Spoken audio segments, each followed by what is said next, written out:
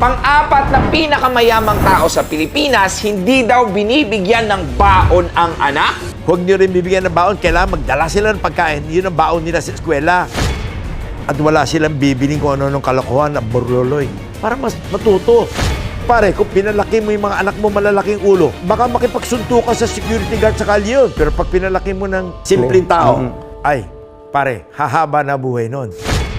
Sa pakisama natin sa mga kasama natin, they will love us. They will protect us.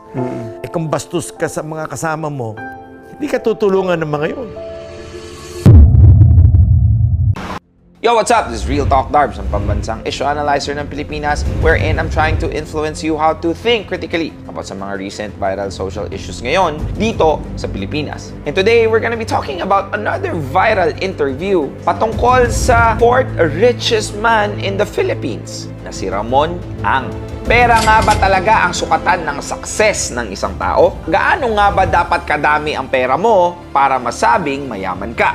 Is success just all about making money, or is it more than that? And of course, what are the things that we may be able to learn in this kind of situation? Let's find out. First, let me give you a brief context. Sa mga hindi nakakakilala, Mr. Ramon Ang is the fourth richest man in the Philippines with a net worth of $3.4 billion. According to Forbes. According to Forbes. Bro, ginatawanan ni... Bro, may tumawa, bro. Bro, dinawanan ka, bro. According to Forbes. Si Mr. Ramon Ang din ang president ng San Miguel Corporation, which is the biggest name now, not just in the food and beverages industry, kundi pati na rin sa ibang industriya, such as energy, fuel, oil, infrastructure, cement, property, at maging banking services. Moreover, Ramon Ang is also a graduate of mechanical engineering at Far Eastern University. Now, at the age of 69, he works every day but still makes time with his wife and 8 children. Last Thursday, September 14, in-upload sa YouTube channel ni Tune In kay Tunying, also known as Anthony Taberna, ang kanyang one-on-one interview with Mr. Ramon Ang, with titled My Full Interview with Ramon S. Ang, the fourth richest man in the Philippines. It is a 57-minute interview, kaya naman allow me to give you some highlights para hindi ka na mahirapang mukhang pera ka. Di joke, chismosa lang pala. Hindi ako chismosa! Curious lang!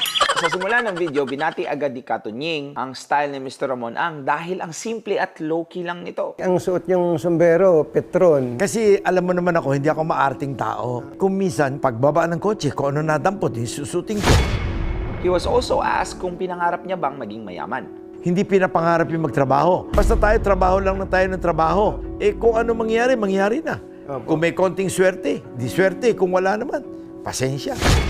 Bukod dito, naniniwala rin daw siya na ang kapalaran ng tao ay bigay ng Diyos. Kwento din ni Mr. Ramon Ang na hindi daw siya picky sa pagkain. Kasi kung ano man ang kinakain ng empleyado niya, ay ganun din ang kinakain niya. Ano mang kinakain ko araw-araw? Kung ano yung kinakain ng empleyado ng San Miguel araw-araw, yan ang kinakain ko. Yung kinain ko kanina, isang cup na rice, may isang soup, o hinalo ko yung sabaw doon sa kanin. Kinain ko, tapos na. Isa pa sa belief niya ay hindi dapat tinuturing na Diyos ang pera dahil Yung pera hindi mo madadala. Kaya huwag mo jujusin ng pera. Yung pera is meant to be used to help our country, our people. Eh huwag tayo magdamot sa mga kababayan natin. for him, lahat daw ng tulong na ginagawa niya ay no need for publicity. Ilang tao pinag-aaral ko. Pero hindi ako kumukha na iba, jajaryo ko pa yan ha, kung sino-sino pinag-aaral ko, sino pinagamot ko. Hindi ako yung ganun. Sa pagiging father naman sa kanyang mga anak, tinuruan niya din itong maging simple. To the point na hindi niya na daw ito Bigyan ng malaking baon. Huwag niyo rin bibigyan ng baon. Kailangan magdala sila ng pagkain. Yun ang baon nila sa eskwela. Huwag yung pupunta sa eskwela at kung ano-anong binibili. At wala silang bibiling kung ano-anong kalokohan na borloloy. Para mas matuto. Opo. Otherwise, pare, later on, hindi mo na makakausap yun. Mas mayabang pa kaya sa atin yun. Pare, kung pinalaki mo yung mga anak mo malalaking ulo, baka makipagsunto ka sa security guard sa kalye yun. Pero pag pinalaki mo ng simpleng tao, ay, pare, hahaba na buhay nun. Hahaba na buhay nun.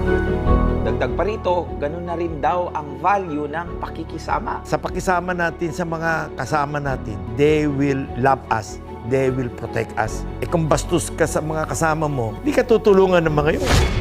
Katunying also asked advice to Mr. Ramon Ang. Kaya ano po ang paraan para umunlad sa buhay yung maliliit? Ang importante, disiplina. Huwag mo ipangarap yung hindi mo kaya. Number 2, mabuhay ka na simple. If you live within your means, you cannot go wrong with that. On the latter part of the video, binanggit ni Mr. Ramon Ang, Ang advice ko sa mga gusto magnegosyo, identify anong negosyo papasukin mo. Get into something na walang masyadong kapital at kikita na kayo.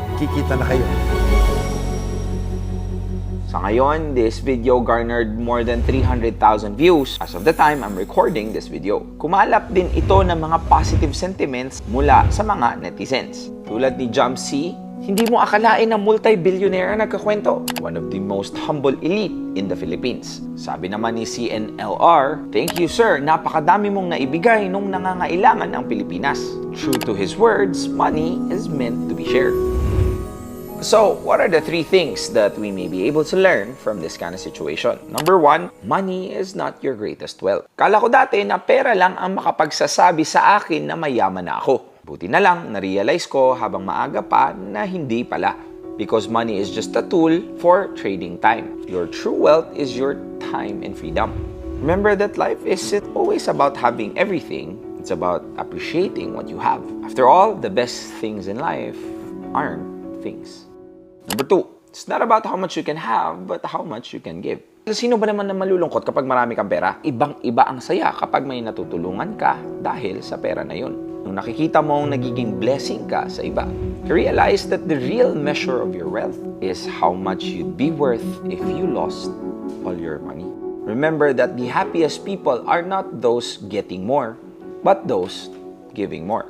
Number 3, success is not just about making money, it's about making a difference. I'm now talking about your character. I always believe that the character is the foundation of all success. Lahat ng mga taong umaangat, they made sure that they are making a difference in someone else's life. Remember that the greatest legacy that you can pass on to your future children or sa mga magiging apo mo is not just money or other material things, but rather a legacy of character and faith.